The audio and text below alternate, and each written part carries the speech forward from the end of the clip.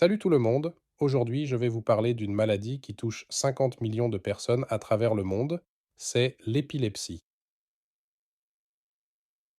L'épilepsie est un trouble neurologique chronique caractérisé par des crises récurrentes dues à une activité électrique anormale dans le cerveau.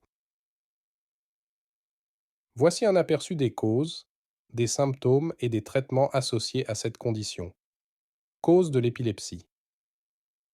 L'épilepsie peut être causée par divers facteurs, bien que parfois la cause exacte reste inconnue. 1. Facteurs génétiques. Certaines formes d'épilepsie peuvent être héréditaires. 2. Lésions cérébrales, les traumatismes crâniens, les AVC, les tumeurs cérébrales ou les infections, comme la méningite, peuvent provoquer l'épilepsie. 3. Anomalies de développement. Les malformations cérébrales à la naissance peuvent être une cause. 4. Facteurs environnementaux. Certaines substances toxiques ou blessures périnatales. Symptômes de l'épilepsie.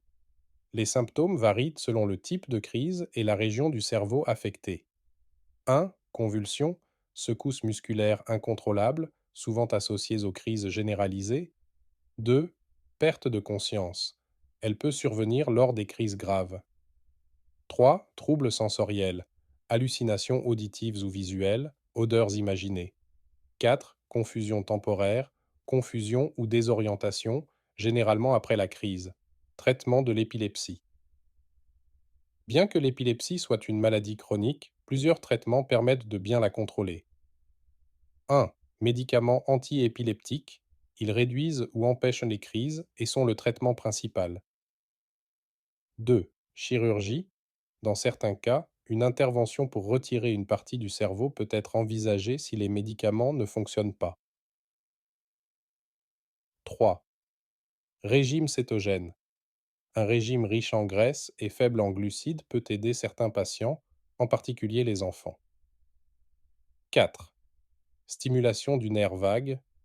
Un dispositif implanté stimule le nerf vague pour réduire la fréquence des crises. Il est essentiel pour les personnes atteintes d'épilepsie d'avoir un suivi médical régulier pour ajuster le traitement et gérer la maladie efficacement. Merci pour votre écoute.